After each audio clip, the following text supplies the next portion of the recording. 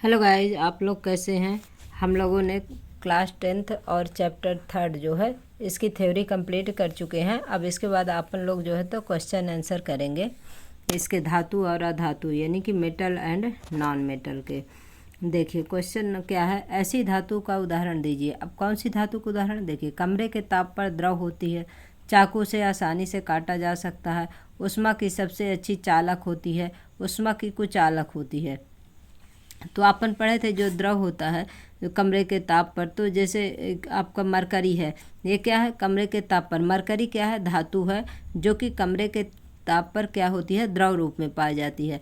आपका जो ब्रोमीन होता है वो क्या है, अधातु है और कमरे के ताप पर वो भी द्रव रूप में पाई जाती है। लेकिन दोनों में ये डिफरेंट है कि आपकी जो पारा धातु है तो ये क्या है, आपके मरकरी जो है तो आपकी धातु है और आपको ब्रोमीन जो है तो अधातु है।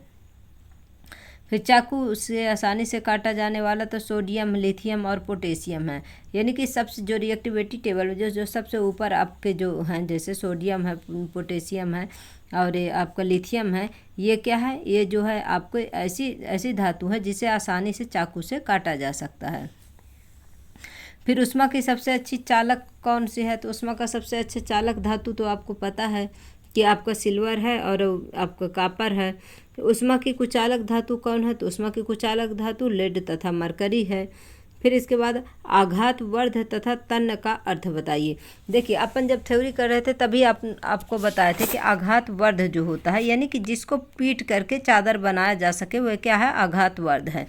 और तन्य मतलब खींचना, जितना ज़्यादा तन्यता मतलब आप लोग बिल्कुल ध्यान में बिठा लीजिए, तन्यता यानी कि खींचना उसको, जितना ज़्यादा उसको कितना ज़्यादा हम खींच सकते हैं वो। तो उसका जैसे आपका इसमें थ्योरी में अपन पढ़े थे कि जो आपका 1 ग्राम सोना से कितना 2 किलोमीटर तार खींच सकते हैं, तो क्या है उसकी तन्यता है। और जैसे सिल्वर है, मान लीजिए उसको पीट पीट के अगर उसको चादर बनाया जाता है तो उसकी क्या है, ये आघात वर्धता है। कुछ धातुओं को पीट कर पतली चादर बनाया जा सकता है, इस गुणधर्म को आघात वर्धता कहते हैं। सोना Au तथा चांदी Ag सबसे अधिक आघात वर्ध धातुएं हैं। धातु के पतले तार के रूप में खींचने की क्षमता को तन्यता कहा जाता है। सोना सबसे अधिक तन्य धातु है। सोना जो है तो सबसे अधिक तन्य धातु है, उसमें सबसे ज़्यादा तन्यता पाई जाती है। सोडियम का केरोसिन में डुबोकर क्यों रखा जाता है, क्योंकि ये सबसे अधिक रिएक्टिविटी होती है और ये जो है तो ऑक्सीजन के साथ क्रिया करती है और हाइड्रोजन गैस मुक्त करती है, जिससे हाइड्रोजन क्या होता है, उसमें आग लग जाती है। सोडियम और पोटेशियम अत्यधिक अपक्रियाशील धातुएं हैं, इनमें वायु के साथ अपक्रिया कर आग पकड़ लेती है। ये ठंडे जल के साथ भी ऊष्माक्षेपी अभिक्रिया करती है और इससे उत्सर्जित हाइड्रोजन गैस प्रज्वलित हो जाती है। इसलिए इन्हें सुरक्षित रखने तथा आकस्मिक आग को रोकने के लिए केरोसिन तेल में डुबोकर रखा जाता है। इन अभिक्रियाओं के लिए समीकरण लिखिए। भाप के साथ आयरन, जल के साथ कैल्शियम तथा पोटेशियम।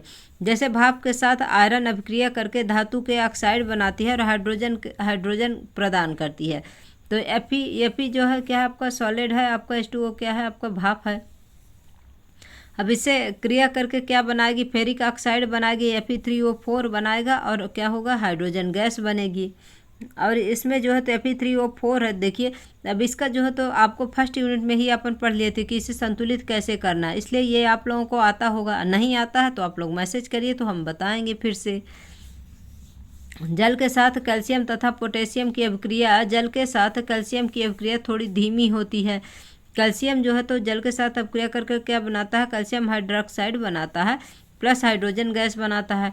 फिर पोटेशियम के साथ तेज तथा ऊष्माक्षेपी अभिक्रिया होती है। पोटेशियम जल के साथ अभिक्रिया करता है और पोटेशियम हाइड्रोक्साइड बनाता है प्लस क्या बनाता है, हाइड्रोजन बनाता है। उसके साथ में क्या है, ऊष्मा भी उत्सर्जित होती है। क्वेश्चन नंबर 3 देखिए। A, B, C एवं D 4 धातुओं के नमूनों को लेकर एक एक करके निम्न विलयन में डाला गया। इससे प्राप्त परिणाम को निम्न प्रकार से सारणीबद्ध किया गया है। अब देखिए आपको क्या दिया है, धातु A, B, C, D 4 धातुएं दी हुई हैं। आयरन सल्फेट है, कॉपर सल्फेट है, जिंक सल्फेट है, सिल्वर नाइट्रेट है। अब इसमें पूछे कि धातु एक क्या किससे क्रिया करती है, विस्थापित होती है, क्या कॉपर के साथ, जिंक के साथ, सिल्वर के साथ, किसी के साथ। इसके लिए आपको रिएक्टिविटी टेबल जब आएगी तभी आप लोग कर पाएंगे, इसीलिए हम बार बार बोलते हैं। देखिए आपको रिएक्टिविटी टेबल हम पहले भी बता चुके हैं जब सेकंड यूनिट पढ़ाए थे। इसे कि आप लोग याद कर लीजिए। फिर से बता रही हूँ कि आप लोग इसे याद करेंगे तभी जानेंगे, क्योंकि कौन किसको, जैसे आयरन सल्फेट है तो क्या कॉपर सल्फेट को वो कर सकता है? तो नहीं कर सकता। क्यों क्यों नहीं कर सकता? क्योंकि आयरन जो है तो ऊपर है, यानी कि आयरन की रिएक्टिविटी ज़्यादा है और कॉपर के नीचे, तो आयरन कॉपर को विस्थापित कर देगा लेकिन कॉपर आयरन को विस्थापित नहीं कर पाएगा। इस प्रकार से जैसे आपका रिएक्टिविटी टेबल में सबसे ऊपर जैसे potassium, sodium, calcium, magnesium, aluminium, carbon, zinc, iron, tin, lead, hydrogen, copper, silver, gold, platinum, यानी जो ऊपर के धातु हैं नीचे वाली धातुओं को क्या कर देंगी? विस्थापित कर देंगी, लेकिन नीचे वाली धातु जो है तो ऊपर वाली धातुओं को विस्थापित नहीं कर पाएंगी।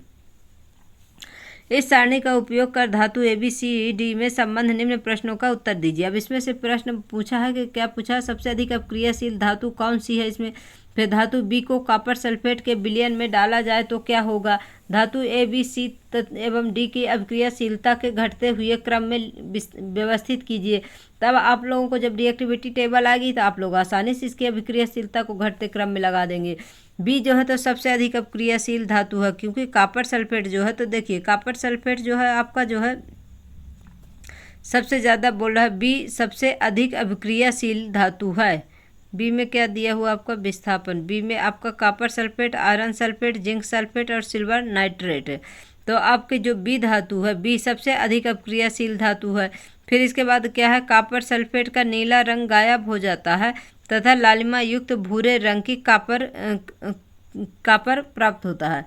कॉपर की जैसे जो अपन पढ़े थे ना उसमें कि जैसे वो उसके जो आपका जो आयरन की जो कील है उसमें कॉपर के विलयन में डालते हैं तो किस प्रकार से चेंज हो जाती है? भूरी भूरी हो जाती है।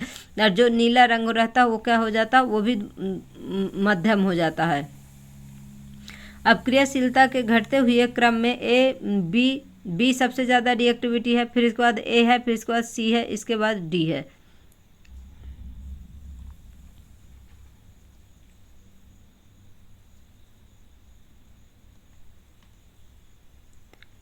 क्वेश्चन नंबर 4 देखिए, अभिक्रियाशील धातु को तनु हाइड्रोक्लोरिक अम्ल में डाला जाता है तो कौन सी गैस निकलती है? आयरन के साथ तनु H2SO4 की रासायनिक अभिक्रिया लिखिए।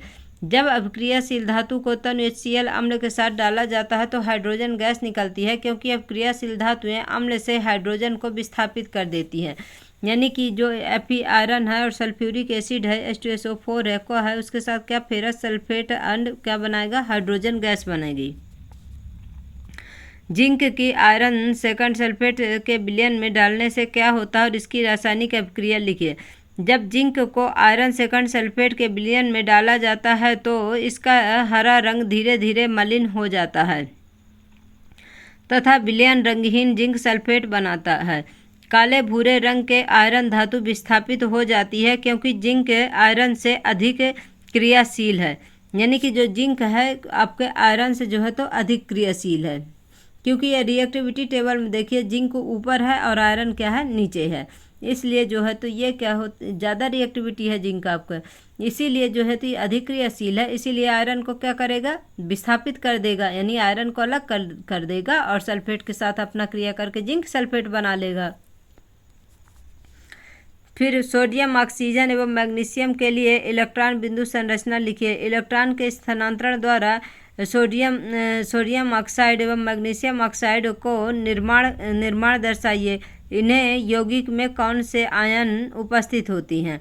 देखिए सोडियम, ऑक्सीजन और क्या बोला है? मैग्नीशियम। तो सबसे पहले तो इनके जो आपको परमाणु क्रमांक परमाणु भार बनेगा तभी इसके इलेक्ट्रॉनिक संरचना भी आप बना पाएंगे, क्योंकि सोडियम के जैसे बाह्यतम कोश में कितने इलेक्ट्रॉन होते हैं? 1 होता है। ऑक्सीजन के आपके कितने होते हैं? देखिए 8 होता है, इसलिए 2 और 6 होगा। तो इसके बाह्यतम कोश में कितने इलेक्ट्रॉन होंगे? 6 होंगे।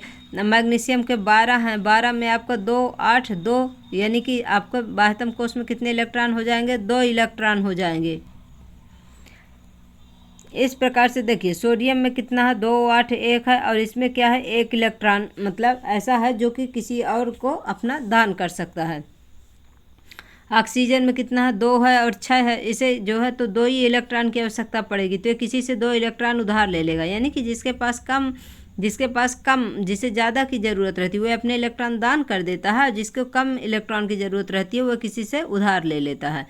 मैग्नीशियम में 2 8 2 है तो ये भी अपने इलेक्ट्रॉन किसी को दान कर देगा। इस प्रकार से इनके जो होते हैं इलेक्ट्रॉनिक्स मतलब इसके संरचना बनते हैं। इनके मतलब जितने बाह्यतम कोश में जितने इलेक्ट्रॉन होंगे वही उसके क्या हो जाएंगे, इधर जब आप डॉट के रूप में इसको बनाएंगे, ये क्या बोला है, बिंदु संरचना में लिखिए। तो बिंदु संरचना में इस प्रकार से सोडियम के बाह्यतम कोश में 1 इलेक्ट्रॉन है, इसलिए सोडियम के बाहर कितना बिंदु रखा हुआ, 1 रखा हुआ है। फिर ऑक्सीजन के बाह्यतम कोश में कितने इलेक्ट्रॉन है, 6 इलेक्ट्रॉन है, इसीलिए जो है तो ऑक्सीजन के बाहर कितने बिंदु हैं, 6 हैं।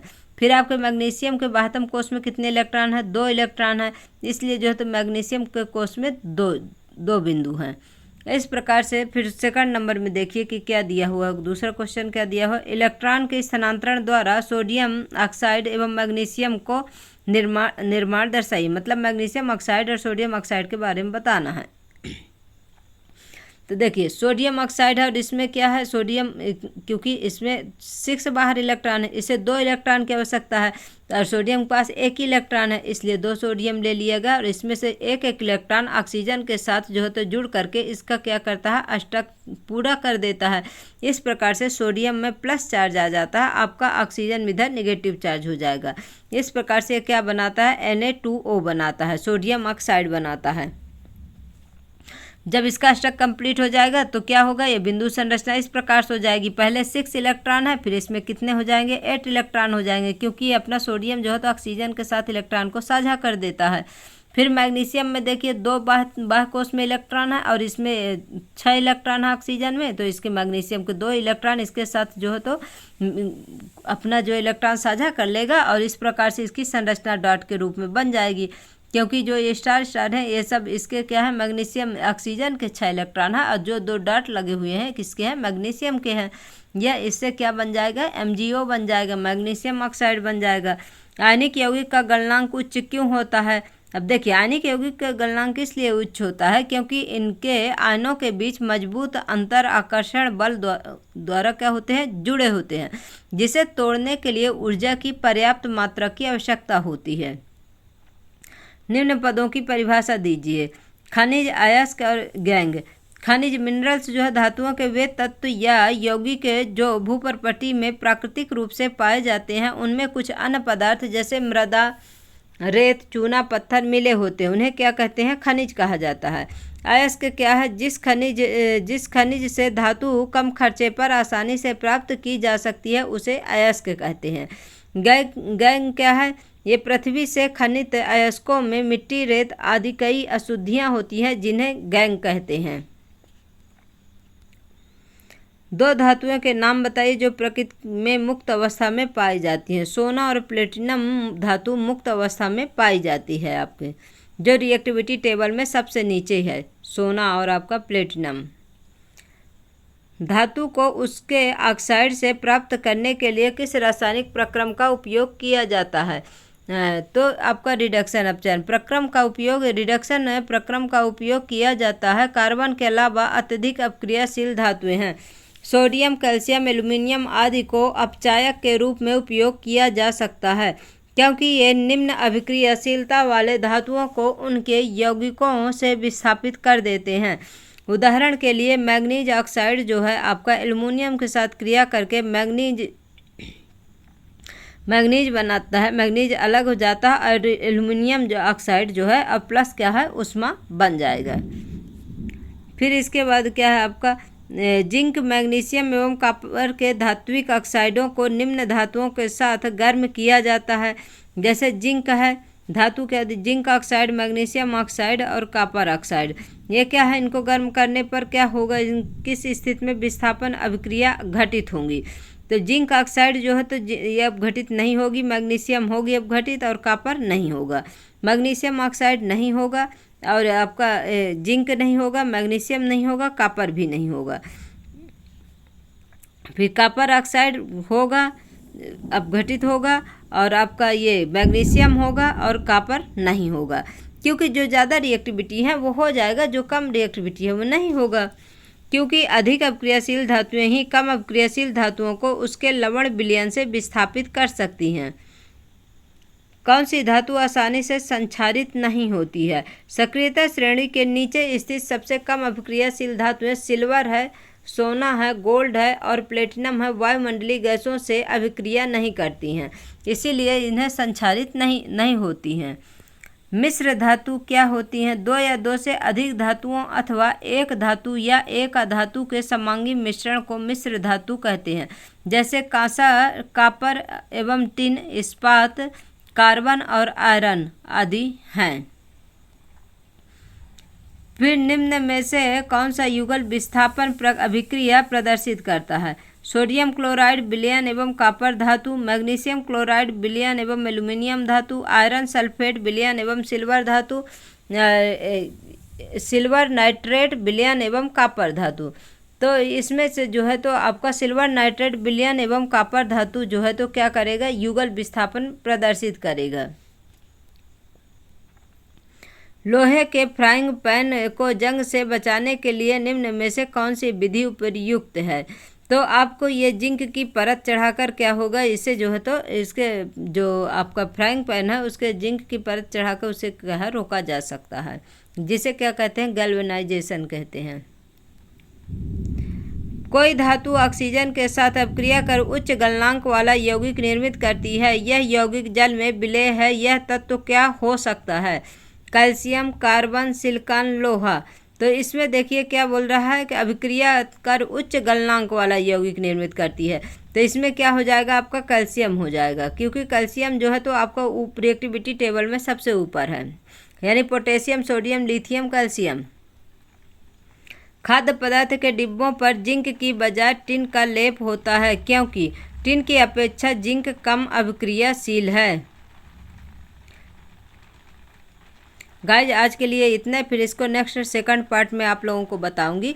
आप लोगों को हमारी क्लास कैसी लगती है? क्लास को लाइक करिए, सब्सक्राइब करिए। Thank you so much guys.